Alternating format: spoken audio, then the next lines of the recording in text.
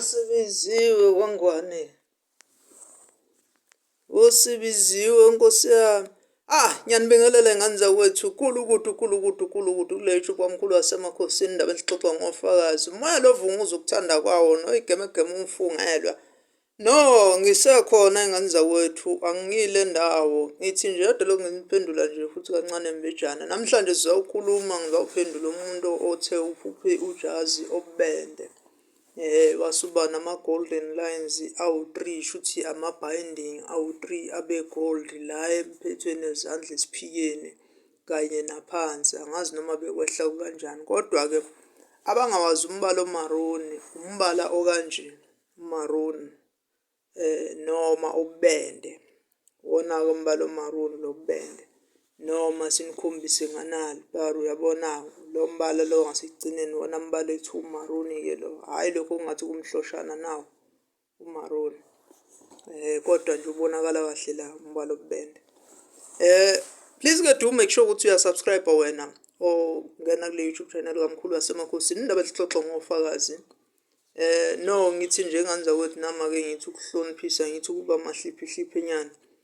Sibaye nkosi yami laba bathi umuntu ukhuluma kanjani kukanjani mangabe sikhona. Okay, silana ngane wethu. Uthi angimchazele the meaning of ijazi. Awubhala isiNgisi-ke uzongixolela ngane yakwethu.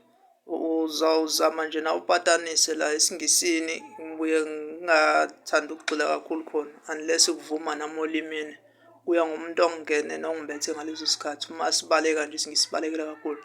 Ijazi elimaroni, ama-powers alo, you cannot understand the meaning and the power ijazi lalo.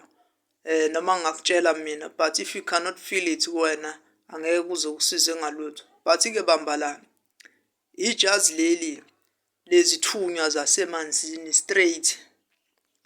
Ilanga lokuphila, ilanga lamandla. Nezambulo nje ukubona nje uma-binding amelokhuzana. Bekufanele wena uthole leli jazi bese unikeza isikhala esithize.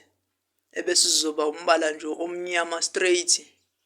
Bengabe besingamisi okweqhabanga noma sibe side noma sibe sifishane, kodwa angazi wena ubovezelani, kodwa bese umisela amakhandlela abe mhlophe nje straight la makhandlela. Kodwa before emise kufanele kube khona azohambisana nokuyelo nawo amakhandlela. Angeke ngisho ukuthi kanjani, kodwa futhi ngeke ngisho ukuthi kufanele futhi kube isimo esikanjani. Wena obukhulume nami ukhanyise laphana singadleli nje mahhala ngelinye lamalanga. Mngani wethu, amandla asemanzini lawo osuke unikezwa wona kakhulu oyihlo omkhulu nokhokho omkhulu nasey'thunyeni zakho ukuthi ulwe. Amabheji nje, ibheji elikhulu elinamandla usuzophumelela ngaphezu kwazo zonke iy'fungo, ngaphezu kwazo zonke iy'nkulumo. Noma kuthiwa bekuney'kweletu kini, noma kuthiwa bekunjani njani, bekuthiwa khona umsebenzi ofanele wenziwe, kodwa kunesifungo noma kunedlozi elilwa nezitha ubusuku nemini elingalali.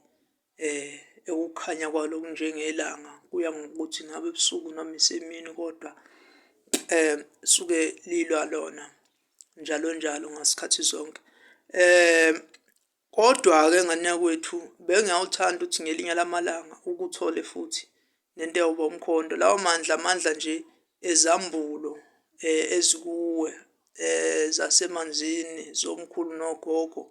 Uma wembethe amandla, wembethe nje awayingubo yonke indawo, nasezandleni zakho, nasemandleni osuke waphiwe isiphiko esuke sisho amandla, ukwambulwa noma imfihlo ethize osuke uyiphathisiwe ngaphezu kwalamandla osuke wembethwe enyameni nasegazini lakho. Suthi there is external power esuke ikhona, shuthi khona lo muntu omunye osuke khona ehleli lapha kuwe okwazi ukuqhwakela.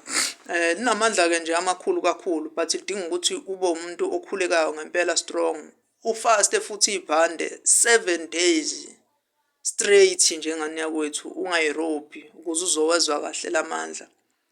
Li-very powerful kakhulu, kodwa uma ungeze ukubhonda nalo, ungeze ukuklikha nalo, ayi kuzofana ukuthi lento engiyisho ngeke uzuyiswe.